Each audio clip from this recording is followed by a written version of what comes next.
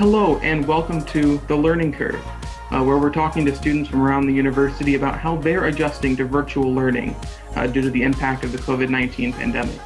My name's Nathan Brennan, and I am joined here by Elizabeth. Welcome. Thank you, Nathan. All right. Would you mind introducing yourself, your year, and your major? I am Elizabeth Bennett.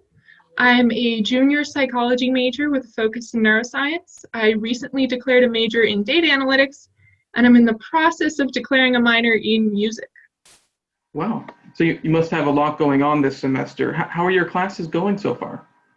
So far, they're going really well. I know it's hard to adjust to the online format for students and teachers both, but I think we're all working together and we're figuring it out. Are your classes all virtual, or do you have any with an in-person component? I don't have any in-person. Mine are all virtual, and some of them meet synchronously and have, a certain class time where we Zoom. Yeah. And some of them just have, you read a couple essays, you do an assignment, you turn it in at the end of the week, that kind of thing. How has it been adjusting to that? You mentioned it's been a little difficult on both sides. Do you feel you're still getting the most out of your classes? That's really a tough question. I feel like it might not be quite as high quality as it usually is, just because the first time you do anything, it's always not going to be perfect. And so since it's my first time with a fully online semester, and also a lot of my professors' first time teaching fully online classes, there's a lot of figuring things out and learning. The first week I had trouble figuring out how to manage my time well, so I had to go buy an agenda so I can write down everything I need to do. I know a lot of professors have somewhat adapted their classes. They had one plan and found out it wasn't working, so they changed things a little bit. Yeah. So I think we're getting there. We're getting to the quality we usually have, but we just got to figure it out first. Oh, definitely.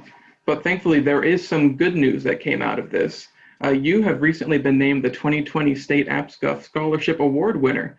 Congratulations on that, by the way. How does it feel to have been awarded this honor?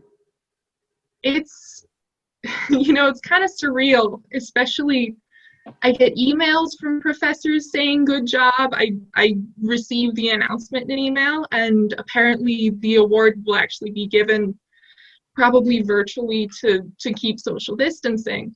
Yeah. So it almost feels like it hasn't happened just because there's no real interaction with it. And it's weird because I filled out the application last semester, and I don't know, I don't feel like I really did anything. I just got the announcement.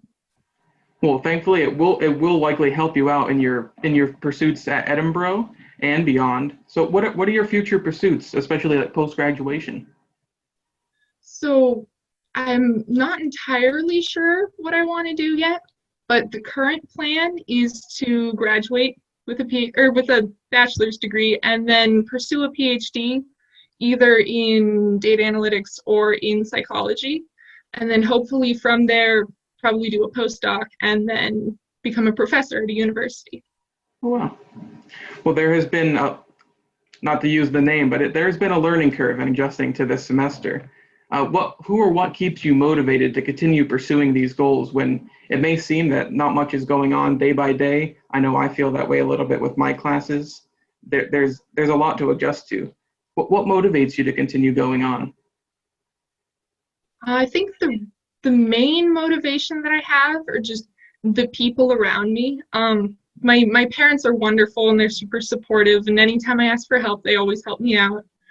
And I'm also drum major of the marching band, and so we have a great community there that's just a bunch of friends who come in and support each other. And band is especially great because there's people from across the university. So if I'm having problems in my math class, there's some math majors in there that can help me out.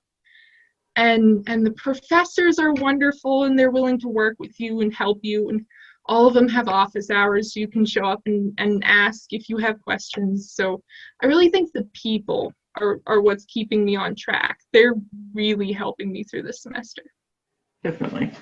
And lastly, you've experienced this virtual learning firsthand. There's some good, some more, not a little more bad parts of it that we're still working out. But what advice would you have for students that are looking to attend college, especially in this current period of virtual learning? Well, I really recommend getting an agenda. That definitely helps. Planning out, making sure you know when assignments are due, Yeah. and set a routine. I always wake up, make a cup of tea, make breakfast, and then start working. So that helps me start my day, because usually you would start with a bus ride to high school or get in the car and drive to campus or walk to your class. So having a routine in the morning is really helpful. And make time to relax. It's super important to take time for yourself.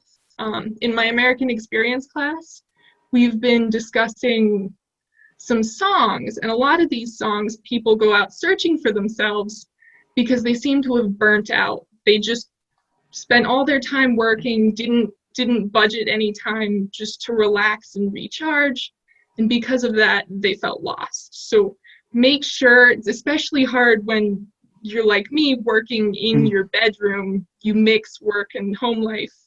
Make sure you find a way to separate those and do things that calm you down, that recharge. Definitely. Well, that is some great advice to keep in mind, especially for incoming students that may be looking to attend Edinboro or any other college. But that is all that we have for today. I'd like to thank you for joining me, Elizabeth, and we will see you all in the next episode of The Learning Curve.